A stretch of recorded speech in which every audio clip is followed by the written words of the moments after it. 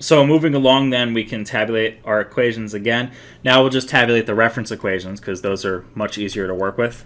And z equals z, obviously. So plugging in, we can solve for z. So remember, we had w plus x plus y plus z equals 1. Now w is z over 3. So we have z over 3 plus x, which is z over 2, plus y, which is 3z over 4, plus z has to be equal to 1. So now we need to find a common denominator in order to be able to solve for z easily, or we could use a calculator too. It's either way is fine, but just to illustrate this here, the first common denominator we get would be 12, right? Because 4 goes into 12, 2 goes into 12, 3 also goes into 12, and obviously 1 goes into 12. So then we have to take 3 times 4 to be 12, so we have 4z over 12 over here, plus then 6z, because 6 times 2 is 12 over 12, plus, then we multiply this by 3, we get 9z over 12, plus 12z over 12.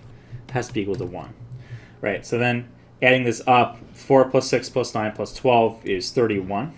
So we have 31z over 12 has to be equal to 1, which then means that z is equal to 12 over 31, which is equal to 0.387.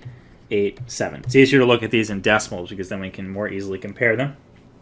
So now that we've solved for z, everything else will just fall out very easily because we already have w, x, and y in terms of z from our reference equations right up here. So we can backtrack for the rest. We get w is equal to z over 3, which is equal to 12 over 31 divided by 3, which is just 4 over 31, which is 0.129. We have x equals z over 2, which is 6 over 31, which is 0.258. And we have y equals 3z over 4, which is 9 over 31, which is 0.290. So now we can easily rank these. We see that z is the most important with 0.387, followed by y, then followed by x, and then followed by w.